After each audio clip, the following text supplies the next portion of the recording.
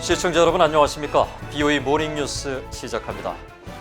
미국 국무부가 자유로운 대북 정보 유입의 중요성을 강조하면서 북한 주민들이 정권의 통제를 받지 않는 정보에 접근하는 것이 중요하다고 밝혔습니다. 미국 정부의 이런 공식 반응은 한국 정부와 여당이 추진한 대북전단 금지법이 표현의 자유와 북한 주민들의 알 권리 침해라는 국제사회의 우려가 커지는 가운데 나와 주목됩니다. 조상진 기자가 먼저 보도합니다. 미국 국무부 대변인실 관계자는 21일 한국의 여당인 더불어민주당이 국회에서 단독으로 통과시킨 대북전단 금지법이 미국의 대북정보 유입 노력을 저하시키는 데 대한 우려가 없느냐는 BOA의 질문에 북한으로의 정보 유입을 증대하는 것은 미국의 우선순위 사안이라고 답했습니다. 이 관계자는 북한 주민들이 정권에 의해 통제된 정보가 아닌 사실에 근거한 정보에 접근하는 것이 매우 중요하며 전 세계적 정책으로서 우리는 인권과 기본적인 자유에 대한 보호를 지지한다고 밝혔습니다. 국무부 관계자의 이 같은 논평은 남북한 접경 지역에서의 대북전단 살포를 금지하는 내용의 남북관계 발전법을 통과시킨 한국 정부와 여당인 더불어민주당의 입장과는 배치되는 것입니다.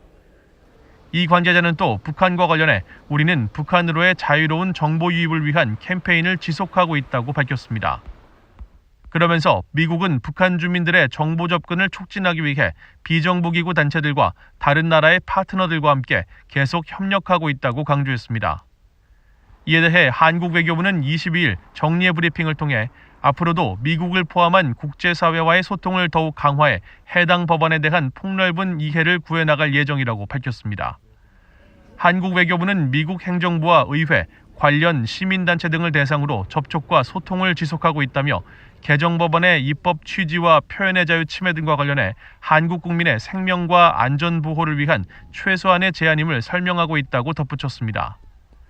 한편 국무부는 21일 잇따라 두 건의 북한 인권 관련 게시물을 자체 사회 연결망 서비스에 게재하며 북한 인권 개선의 중요성을 강조했습니다.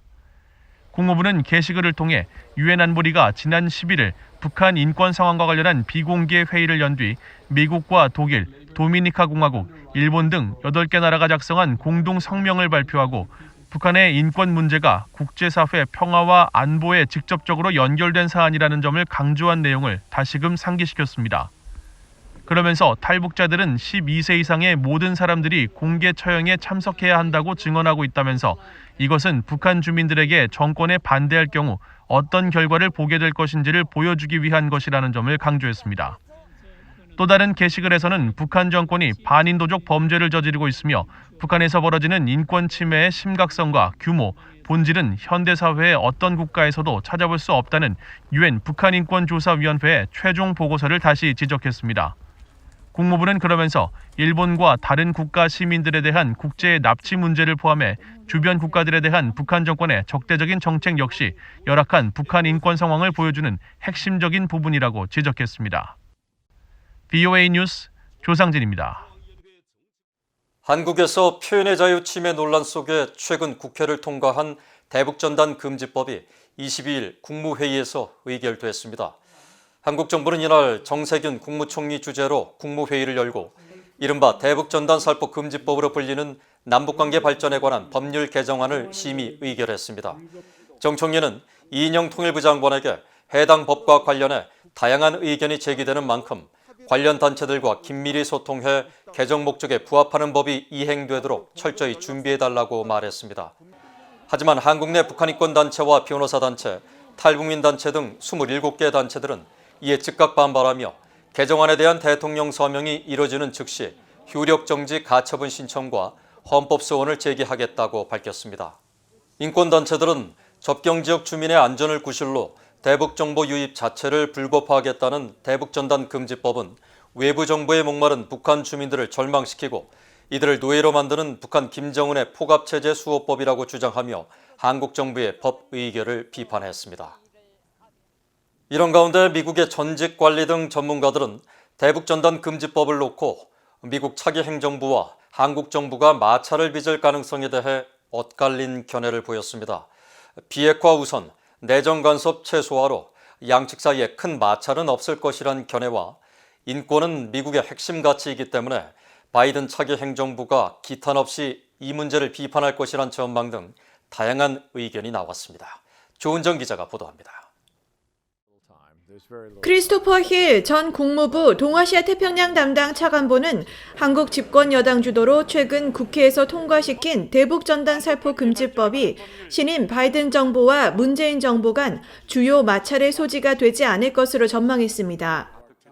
The Biden administration needs to focus on what to do about North Korea, how to set up the negotiations, and, what's a realistic plan ahead. So I don't think they're going to allow what could be a disagreement with South Korea to dominate their deliberations about the North Korean issue.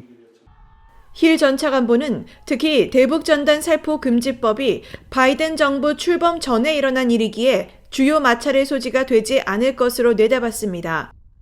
한국의 대북전단 살포 금지법은 전단은 물론 USB 등 물품에 외부 정보를 담아 북한에 보내는 행위를 금지하고 처벌하는 법으로 최근 미국과 영국 의회, 국제인권단체들 사이에서 표현의 자유 침해는 물론 북한 주민들의 알 권리를 막는 행위라는 비판이 이어지고 있습니다. 로버트 갈루치 전 미 국무부 북핵 특사는 그러나 21일 VOA에 대북전단 살포 금지법이 한국의 국내 문제로 미국이 개입할 사안은 아니라고 말했습니다. No, I don't actually think so. I think it is not so much our business. I think it is Seoul's business. I don't see this as a subject in which the United States congressmen or senators ought to be involving themselves. 갈루치 전 특사는 대북전단 문제는 표현의 자유 문제가 아닌 남북관계의 문제이고 전쟁과 평화에 관한 문제라고 말했습니다. 반면 조셉 디트라니 전 육자회담 미국 측 차석 대표는 인권이 미국의 핵심 가치이며 바이든 정부도 대북전단 살포 금지법을 기탄 없이 지적할 것이라고 말했습니다. Any law that's passed by the Republic of Korea that in some ways inhibits or prevents or penalizes people from speaking about what's happening in North Korea in regards to the human rights abuses in North Korea, I think that's the reaction you're going to get from the United States and its representatives. And I believe the incoming administration will be equally outspoken about this issue. 스콧 스나이더 미 외교협회 미한정책국장도 미 의회의 대북전단 금지법에 대한 지적이 바이든 정부의 정책 기반에 중요한 영향을 끼친다고 말했습니다. 스나이더 국장은 미 의회가 북한의 강경한 입장을 유지하면 바이든 정부가 북한과 대화를 추진하기가 더 어려워진다고 지적했습니다. VOA 뉴스 조은정입니다. 유엔 안보리가 해외 파견 북한 노동자를 모두 본국으로 송환하도록 한 시한이 만료된 지 1년이 지났습니다. 하지만 현재까지 북한 노동자 송환과 관련해 이행 보고서를 제출한 나라는 40여 개 나라에 불과한 것으로 나타났습니다. 오택성 기자입니다. 21일 현재까지 유엔 안보리 대북제재위원회 공식 홈페이지에 올라온 북한 노동자 송환 최종 이행 보고서 제출 건수는 모두 44건입니다. 안보리는 지난 2017년 12월 22일 결의 2397호를 채택하며 모든 해외 파견 북한 노동자들을 결의 채택일로부터 2년 뒤인 2019년 12월 22일까지 본국으로 송환할 것을 명시했습니다. 북한 노동자들이 해외에서 힘들게 벌어들이는 수억 달러의 외화가 유엔이 금지한 핵, 미사일 개발로 전용되는 것을 차단하기 위한 게 목적이었습니다. 안보리는 이런 조치에 대한 최종 보고서를 올해 3월까지 안보리에 제출하도록 했지만 유엔 회원국 다수가 제출하지 않은 것으로 나타났습니다. 특히 실제 북한 노동자들이 있는 것으로 알려진 나라들의 이행 보고서 제출 실적이 저조한 게 특징입니다. 미국 국무부 등이 지난 2018년 북한 노동자가 있는 것으로 지목한 29개 나라 가운데 21일 현재 절반이 조금 넘는 17개 국가만이 이행 보고서를 제출했습니다.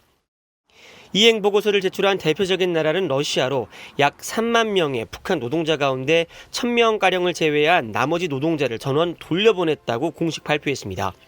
반면 최대 8만 명의 북한 노동자가 있는 것으로 알려진 중국의 경우 송환 중간 이행 보고서와 최종 이행 보고서를 제출했지만 세부 내용을 공개하지 않아 정확한 노동자 송환 규모가 파악되지 않고 있습니다.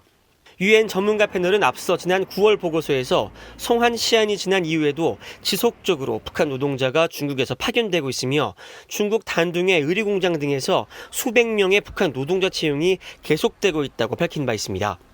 러시아도 실제 보고와 달리 훨씬 많은 북한 노동자가 취업 비자가 아닌 다른 비자로 러시아에 계속 체류 중이란 보도와 지적이 나오고 있습니다.